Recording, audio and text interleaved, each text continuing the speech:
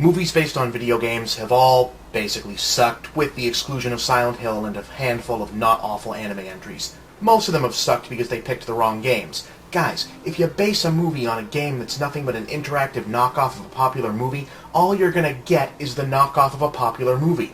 Hey, how come Resident Evil's just a weak George Romero ripoff? 'Cause Resident Evil has always been a weak George Romero ripoff. Hey, spoiler warning, the Halo movie is going to be a shitty Starship Troopers. Dead Space is going to be a shitty Event Horizon. GTA is going to be a shitty every gangster movie of the last 20 years.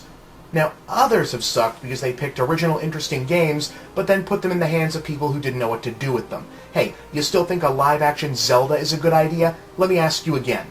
Are you absolutely, positively sure you want a live-action Zelda?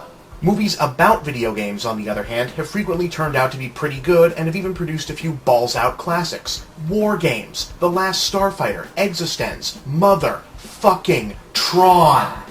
Gamer is not one of those. Not by a long shot. In fact, it pretty much sucks. Which is too bad, because it starts out from a pretty killer premise. A near future where gamers of the title are able to stage multiplayer deathmatches using remote-controlled death row inmates instead of digital avatars. Gerard Butler, who's still unable to prove that he can carry a movie not set in Sparta, is the game's top badass, whom you will be unsurprised to learn is also a wrongly convicted ex-military hardcase who just wants to get out and see his wife and daughter, and so on and so forth. For a minute there, this seems to be going somewhere amusing, as the film has some early fun putting a flesh-and-blood spin on video game cliches like looped NPCs, programming mods, and even first-person shooter teabagging. A brief joke that I can virtually guarantee you will be the first and last thing of even dubious value ever contributed to the movies by Halo.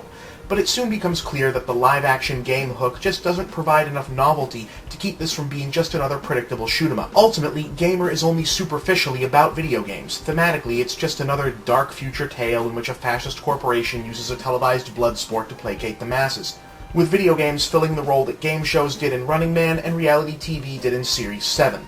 Of course, what actual gamers probably want to know is whether or not the film ends up as some kind of anti-gaming screed, i.e. is this just Rollerball as rewritten by Jack Thompson? In which case the answer is an emphatic no. Rather, one of the few things Gamer can have in its favor is a welcome lack of message-mongering to the gaming community. The film has nothing to say about violence or desensitization, the filmmakers are clearly enamored of game culture, the kid controlling Butler's character ends up as one of the main good guys, and the heroes are a team of guerrilla hackers with a hard-on for classic arcade machines.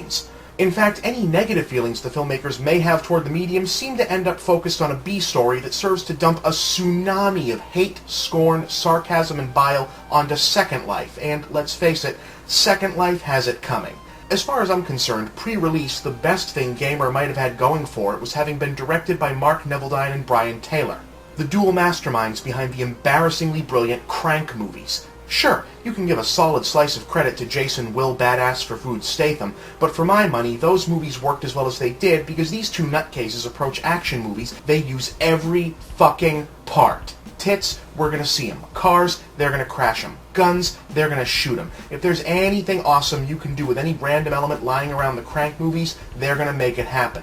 Sadly, here, their usually fertile imaginations and technical acumen seem to be undone by an inadequate budget and an unfocused screenplay.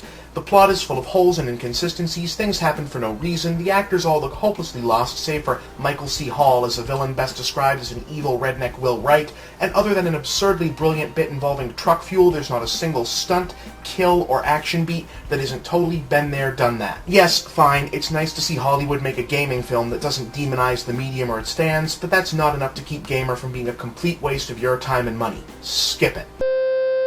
Got this movie existed. I definitely did.